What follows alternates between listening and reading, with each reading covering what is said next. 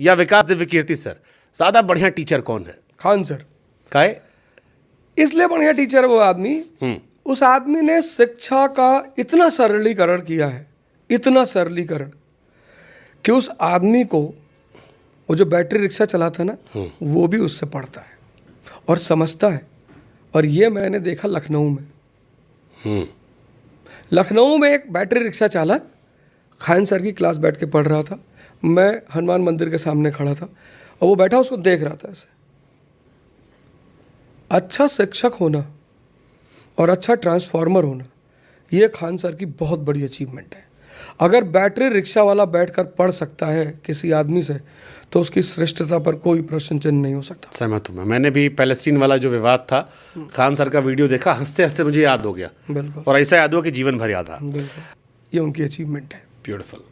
मोदी जी और इंदिरा जी में देश या हिस्ट्री किसे बड़े प्रधानमंत्री के तौर पर याद रखेगी? मोदी जी का तो अभी एनालिसिस होना बाकी है, लेकिन इंदिरा गांधी जी की तो एनालिसिस हो ही चुकी है। द ऑटोमोबाइल आपकी नज़र में कौन ज़्यादा बेहतर है? मैं वो नहीं पूछ रहा हूँ कौन ज़्यादा टाइट शासक है, बेहतर प्रधानमंत्री आप किसे मानते हो दोनों में? मैं इंदिरा जी को बहुत सारे मुद्दों में बहुत बेहतर मानता हूँ। जैसे पहला, जब वो पावर में आई, मैं उनको गूंगी गुड़िया कहा जाता था। मोरारजी देसाई और के कामराज ग्रुप, नॉर्थ और साउथ ग्रुप में भी झगड़ा चल रहा था, और कामराज साहब को लगा, क्योंकि कामराज साहब का इतना होल्ड था ऑर्गेनाइजेशन पर, तो कामराज साहब को लगा कि she will be a very good puppet.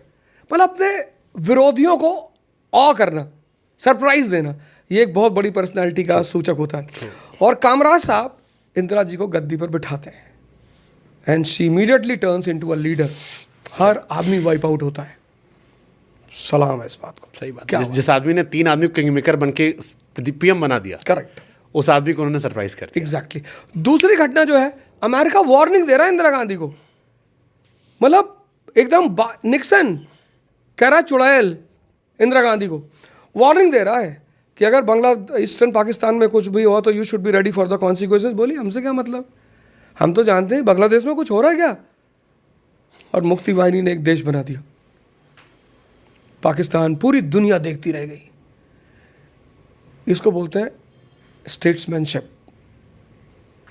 कि आप शांति से ऐसे बैठे हो और कांड पे कांड हुए जा रहे। आप कह रहे हो क्या हो रहा भैया? बोले मैं तो ध्यान में हूं। तो she was a great leader, no doubt. कांड का जिक्र हुआ है, मिर्जापुर या गैंग्स ऑफ वासेपुर? मिर्जापुर एक बड़ी प्यारी कहानी है, बहुत प्यारी। उसमें कहानी में जो किरदार है, इसको मैं कहता हूँ स्टडी लर्निंग बाय सीइंग। मैं इस कॉन्सेप्ट पे बहुत जोर देता हूँ।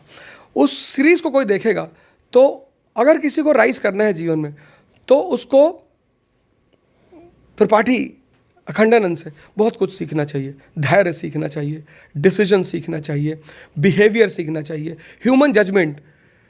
मतलब किसी व्यक्ति को पकड़ना, जैसे गुड्डू मुन्ना, जब मुन्ना बबलू से वो पहली बार मिलता है आदमी, तो सॉरी बबलू और गुड्डू, हाँ, जब पहली बार मिलता है तुरंत उस डिसाइड कर लेता कि ये तो गैंग के लिए बने हैं लड़के। तो पूछता क्या करते हो? तो बोले हम तो पहलवानी कर रहे हैं, बैंक की तैयारी कर रहे हैं। तब वो कहता है कि यार हमारे साथ काम करो। ये सब जो चीज़ें उस आदमी के अंदर है, अपने लॉस को अपने फ़ायदे में बदल लेना, कि उसकी आर्म्स की फैक्ट्री उड़ जा रही हो, सीएम को फ़ोन मिलाता है कि मेरा तो नुकसान हुआ, तुम अपना फ़ायदा कर लो। तो ये जो पर्सनैलिटी है ना, ये आदमी को देखनी चाहिए। मुन्ना जैसे जिस तरह की किरदार मुन्ना का है, जाहिलियत वाला किरदार, शुद्ध जाहिल वाला किरदार, मतलब जिसको कहते हैं ना 24% जाहिल। बहुत लौंडे पसंद करते हैं मुन्ना भैया, कि एकदम मुन्ना भैया आइकन है। ना भैया आइकन कहाँ हो सकते हैं जिनके पास ललित जैसे दोस्त हों। आपके दोस्त आपकी पहचान होते हैं। ललित जैसा दोस्त मरवा दिए। कितना सैलरी पाती हो? अरे जाहिल, हमारे साथ में आओ मिर्जापुर में, हम सैलरी बढ़वा देंगे। तुम सीएम हाउस में उसकी स्टेनो के साथ बदतमीजी कर रहे हो। तो ललित जैसे दोस्त जिसके पास होंगे ना, उसको नर्क में जाना ही जाना है। तब तो टांग दिए गए थे। हाँ बिल्कुल, ये खरगोश है, इनको ले जाए मुन्ना। तो वो सीरीज बड़ी प्यारी थी। उस सीरीज ने के कैरेक्टर्स ने बताया कि आदमी को जीवन में कैसा होना चाहिए। और एक कोई फेवरेट डायलॉग आपका मिर्जापुर का? गद्दी पे हम रहे या मुन्ना नियम से हम रहेंगे, ये सबसे फेवरेट डायलॉग है। गद्दी पे कोई गोंडक बैठा हो या बाहर का, सवाल से हम रहेंगे। पैसा वाली बुरी बात। हम लोग सोशल मीडिया बहुत लिख रहे हैं, आम आदमी पार्टी पॉडकास्ट कराने बहुत मोटा मोटा पैसा दे रही है। हाँ, हमारा लाएं आप? नहीं, हम सुने एक हम देखे ना ट्वीट मैया कि एक बहुत बड़े सुपरस्टार हैं, पॉडकास्ट के लिए 55 लाख रुपए ऐसे कुछ लिखा रहे हैं। हमको भी कहा गया कि भैया आपको भी आ रहा होगा, तो हम क्या होता तो हम और बढ़िया बंटवा देंगे थोड़ा लड़कों को भी।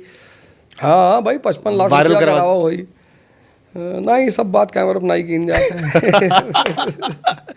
लेकिन सर फिर वही सवाल है, क्योंकि देखो मैं आपको जब सुनता हूं, आपको जो मैंने पहले सुना, बड़ा थॉट प्रोसेस क्लियर है आपका। आप कहते हो इट्स अबाउट पावर। पानी वाले सांप को दुनिया नचाती है, कोबरा वाले सांप को कोई नहीं नचाता। करेक्ट। और मुझे बड़ा क्लैरिटी दिखती थॉट में। फिर पॉलिटिक्स में वो क्लैरिटी नहीं दिखती। जब आप पॉलिटिक्स में आए हो तो थोड़ा सा एक विरोधाभास दिखता है मुझे, चाहे वो पॉलिटिकल पार्टी ज्वाइन करने को लेकर हो, उसके बाद आपका अप्रोच हो, वो बाकी सब पॉलिटिशियन की तरह है। उसके पहले वाला अवध ओझा जो है वो बड़ा रेबेलियन अवध ओझा है। बिल्कुल, मैंने कहा ना कि महात्मा गांधी जब अफ्रीका पहुंचे, साउथ अफ्रीका पहुंचे, तो उससे पहले के जो महात्मा गांधी हैं वो एक कंफ्यूज्ड महात्मा गांधी हैं, परेशान महात्मा गांधी हैं। लेकिन जब टॉलस्टॉय आश्रम बनाते हुए अफ्रीका में, उनका पूरा किरदार ही बदल जाता है। व्यक्ति का जब किरदार बदलेगा, मैंने एक एग्जाम्पल इतना बढ़िया दिया, पता नहीं लोग क्यों परेशान हैं। मैंने कहा कि डॉन का अमिताभ बच्चन और नमक हलाल के अमिताभ बच्चन में फर्क है। एक सेवक है, एक डॉन है। अब इस देश में डेमोक्रेसी है, कभी कभी बड़े बड़े उद्देश्यों के लिए बहुत बड़ी बड़ी कुर्बानियां भी देनी पड़ती है। टीचर जो होता है, शिक्षक, हमारे एक टीचर थे, मुझे याद है बहुत अच्छी तरह, लखनऊ यूनिवर्सिटी में, वो नागपाल सर, वो जिस क्लास में जाते थे तो लड़कों से कह देते थे कि देखो नकल तो ना करे देव, चाहे जे के लड़का हो। शिक्षक अपनी क्लास का राजा है, शिक्षक का किरदार अलग है। अगर वो विनम्र होगा तब वो लड़कों को नहीं पढ़ा पाएगा। माँ अगर विनम्र होगी तो बच्चों को नहीं पाल पाएगी। अक्सर लड़के माँ से ही पीटे जाते हैं। अब माँ करुणा का भी सूचक है और विनम्रता भी उसके अंदर, मतलब करुणा भी है और कठोरता भी है, दोनों है। कुछ पद दुनिया में ऐसे हैं जहाँ पर कठोरता जायज़ है, ऐसे शिक्षक का पद है जहाँ कठोरता जायज़ है। अगर शिक्षक क्लास में कहेगा बेटा प्लीज़ बेटा शोर मत करना बेटा, तब वो नहीं क्लास चला। तो ऐसे नेता में मौका टेरियन होना जरूरी है? नहीं, कोई ज़रूरी नहीं है, बिल्कुल ज़रूरी नहीं है। हमारा एक स्टेटमेंट था जो शायद मैंने पटना में दिया था। हाँ बिल्कुल दिया। साहब बीबी गैंगस्टर, साहब बीबी और वेज है गैंगस्टर, नॉन वेज है नहीं जी। हाँ मौकाटेरियन है। मौकाटेरियन है। तो मौकाटेरियन का मतलब क्या है? मौकाटेरियन है। हाँ, ऑब्वियस सी बात है, मानी सी बातें हैं, काहे नहीं होंगे, कौन नहीं है। आज की डेट में जितने लोग भाजपा में हैं वो पूर्व कांग्रेसी हैं। मतलब सिंधिया परिवार जो है, सिंधिया साहब है ना, कितने बड़े कांग्रेसी, उनके पिता कांग्रेसी, वो कांग्रेसी, इतने बड़े बड़े राजनेता, उन्होंने अपने आप को बदला कि नहीं बदल दिया? फिर कौन? मौकाटेरियन के युग में आप अगर अपने युग के साथ नहीं चलेंगे तो पृथ्वीराज चौहान वाला हाल हो जाएगा। कल को अगर मोदी जी आपको कैबिनेट मिनिस्टर बना दे तो आप बीजेपी में जा सकते हैं? हाँ, ये बड़ा प्यारा सवाल है, ये बहुत अच्छा सवाल है। हाँ, कि अगर मोदी जी कल के मुझे कैबिनेट मिनिस्टर बना दे, अब नहीं बनाएंगे मोदी जी।